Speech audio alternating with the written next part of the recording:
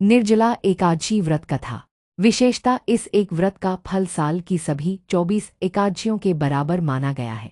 निर्जला एकादशी व्रत विधि। एक दशमी की शाम को हल्का सात्विक भोजन ले।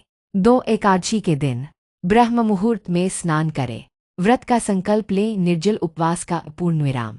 भगवान विष्णु की पूजा करे, पीले वस्त्र, तुलसी पत्र, चंदन, धूप, दीप, फल अर्पण करे। विष्णु सहस्त्रनाम, श्रीमद् भागवत गीता या विष्णु स्तोत्रों का पाठ करें।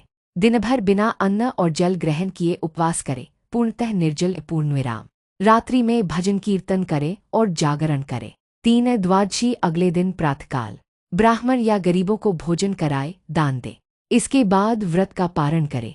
पौराणिक कथा, भीम और महर्षि व्यास का संवाद।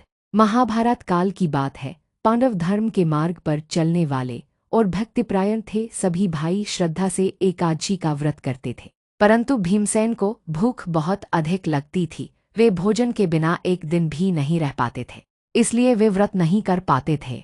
भीम ने एक दिन महर्षि वेदव्यास से कहा, मुनिवर, मैं अपने भाइयों की तरह एकादशी व्रत नहीं कर पाता, परंतु मैं भी स्वर्ग प्राप्त करना चाहता हूँ। आप कृपा करके कोई ऐसा उपाय बताइए। महर्षि व्यास ने कहा, हे भीम, यदि तुम साल की सभी एकादशियां नहीं कर सकते तो केवल एक व्रत करो, ज्येष्ठ शुक्ल पक्ष की एकादशी, जो निर्जला एकादशी कहलाती है।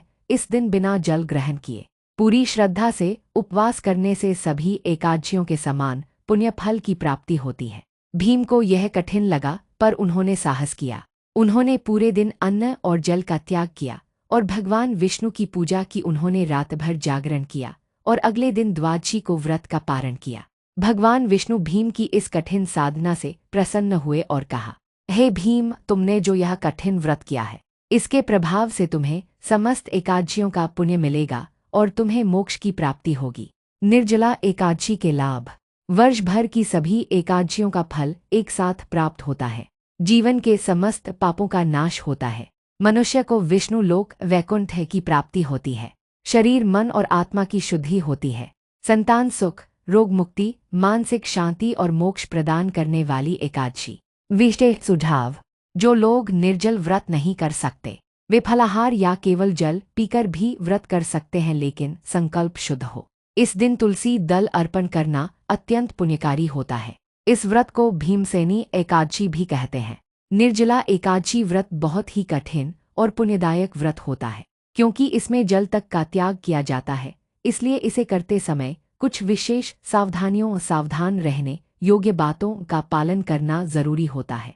निर्जला एकादशी व्रत की प्रमुख सावधानियां। एक, अस्वस्थ शरीर और मन से ही व्रत करें। यह व्रत कठिन होता है, विशेष रूप से गर्मियों में, इसलिए बीमार, वृद्ध, गर्भवती महिला या बच्चे इसे निर्जल न रखें। ऐसे लोग फलाहार या केवल जल के साथ भी व्रत कर सकते हैं। 2, दशमी तिथि की तैयारी। व्रत से एक